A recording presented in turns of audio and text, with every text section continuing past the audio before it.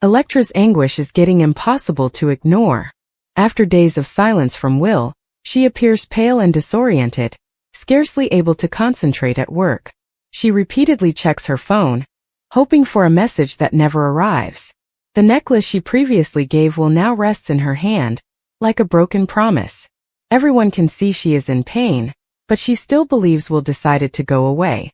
She has no idea that the truth has always been hidden from her. Daphne is the one who ultimately puts the pieces together. After watching Electra grieve alone, Daphne begins to wonder what happened to that letter. She recalls how bizarre Ivy behaved on the day Electra said she sent it. The timing feels off. The silence feels unnatural. Daphne's mind gradually fills with dread. What happens if the letter never reaches Will? Electra had always thought that she could get through silence. She had been through it before. Long nights after breakups, the quiet that followed her parents' divorce, and the empty silence of a house that used to be full of laughter. But this quiet was different. This silence pushed against her chest until it felt like she could stop breathing. It followed her from the time she woke up in the morning until the time she lay awake at night, staring at the ceiling and holding memories like fragile glass.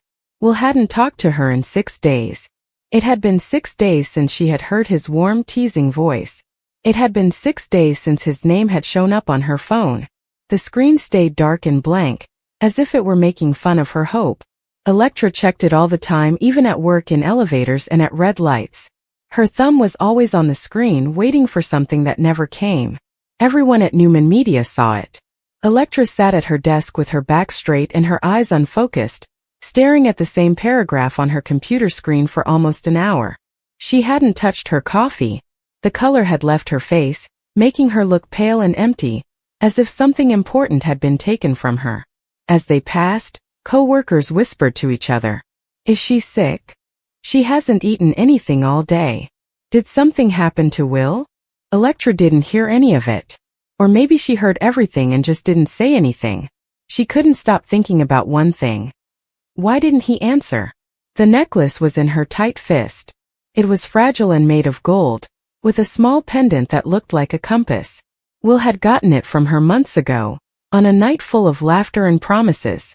She had said, "You always find your way back to me." He kissed her then, slowly and with confidence, as if he had never thought about leaving her. The necklace was now cold in her hand. It had been given back to her that morning when the manager of his apartment brought her a box of Will's things. There was no note, no reason. The necklace was stuck in tissue paper like a confession without words. Electra closed her hand around it, even though it hurt behind her eyes. She whispered to herself. He chose to walk away. That's it. That's what people do. But the words sounded wrong even as she said them. Daphne stood in the doorway and watched. She had known Electra long enough to know what real heartbreak was like, the kind that made a person feel like they were at their most vulnerable. Daphne had seen her friend cry, get mad, and act out before. This wasn't any of those things. This was destruction wrapped in a feeling of nothingness. Daphne found Electra alone in the break room later that afternoon. She was sitting at the small table by the window. Electra's tears fell silently down her cheeks as she stared blankly. She didn't bother to wipe them off. At first, Daphne didn't say anything. She just sat next to her. Minutes went by. I sent him the letter, Electra said finally, her voice barely above a whisper. I told him everything. I told him how much I loved him. He didn't even say goodbye. Daphne's forehead creased. Are you sure he got it? Electra nodded weakly. I gave it to Ivy. She said she would make sure Will got it. Daphne's chest felt tighter. Ivy. Just the name made people uneasy. Daphne remembered that day well. Ivy had smiled too quickly when Electra talked about the letter, and she had insisted on doing it herself. Daphne thought the pain was just paranoia at the time. Ivy had always been hard to understand but not mean. Daphne thought so. Now that I was watching Electra fall apart, that memory came back to me very clearly. I need some air, Electra said softly as she stood up. Daphne was left alone with her thoughts when she left the room without looking back. And her doubts. Daphne couldn't sleep that night because she kept going over every conversation and detail she had missed. The timeline didn't add up. Will was not the type of man who would leave without saying anything. Yes, he had flaws, but they were on purpose. truthful. At least he had always been with Electra. And then there was Ivy. Daphne sat up in bed, her heart racing. What if Will never got the letter? The idea was scary. And once it took hold, it wouldn't let go. Ivy stood in front of her mirror, smiling as she fixed her earrings. At least for now, the world was just how she wanted it. Be quiet. Under control. She never meant for Electra to get hurt, at least not this badly. But some things had to be given up. Ivy had loved Will once, or at least she thought she had. It had been hard to watch him fall for Electra. The letter came to Ivy like fate itself, dropped into her hands with terrible ease. She hadn't ruined it. She also hadn't sent it. She kept it in her dresser drawer, where it stayed unread and unopened. A secret that could destroy everything. Ivy wanted to keep it there. Daphne got to work early the next morning, her mind already racing. She stayed away from Ivy all morning and watched her from a distance. Ivy laughed a lot, talked easily, and didn't seem guilty or stressed. It was almost impressive. Almost. Daphne finally caught up with her at lunch. Hey, Daphne said in a light tone. Quick question. Did Will ever get back to you about the letter Electra gave you? Ivy didn't miss a beat. Nope. I guess he didn't care enough to answer. Daphne looked closely at her face. There was something wrong with her eyes, maybe a flash of anger or fear hidden deep behind confidence.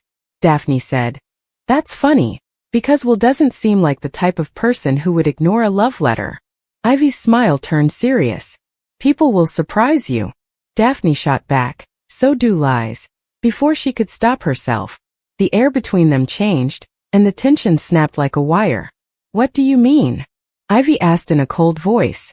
I'm saying that something doesn't make sense. Ivy leaned in closer and spoke softly. Be careful, Daphne. You might start to see things that aren't there. Daphne didn't give up. Or I might finally know the truth.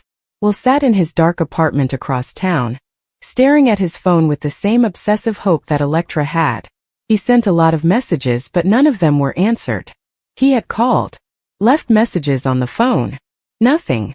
Someone had told him that Electra didn't want to see him. Ivy's words still rang in his head, spoken with practiced sympathy. She said it was done. She didn't mean to hurt you, but she's done.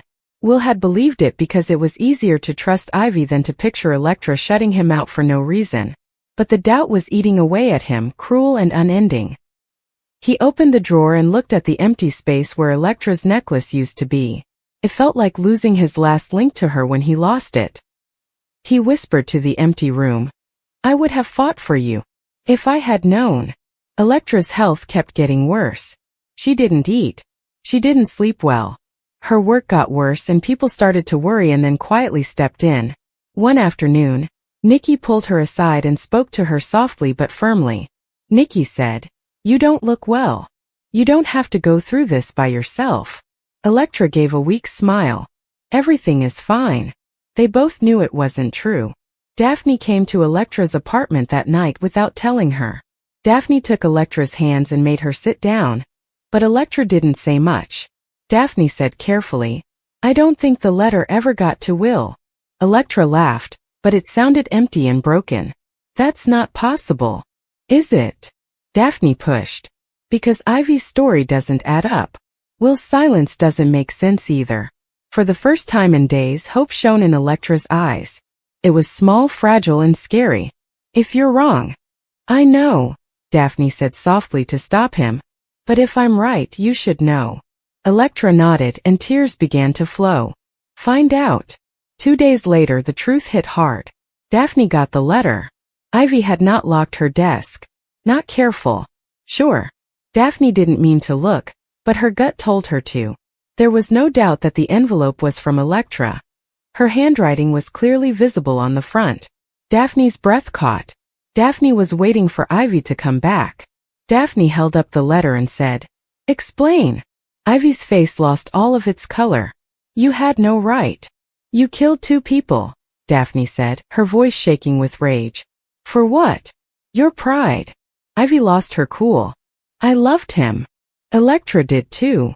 The truth came out in tears and half-formed excuses, but it didn't change anything. The harm was done.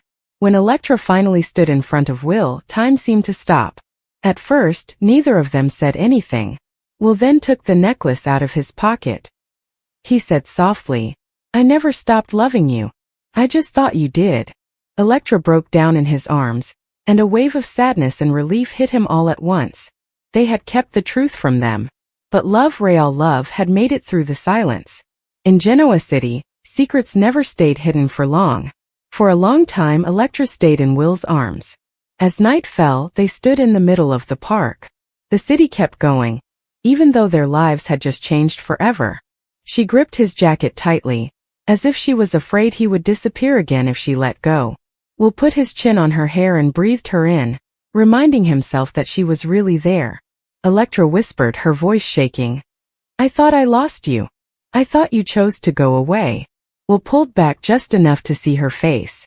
Her eyes were red and swollen, and her skin was pale, but she was still the woman he loved and had never stopped loving. He said, "I would never leave without a fight. Not from you." The words opened something up inside her.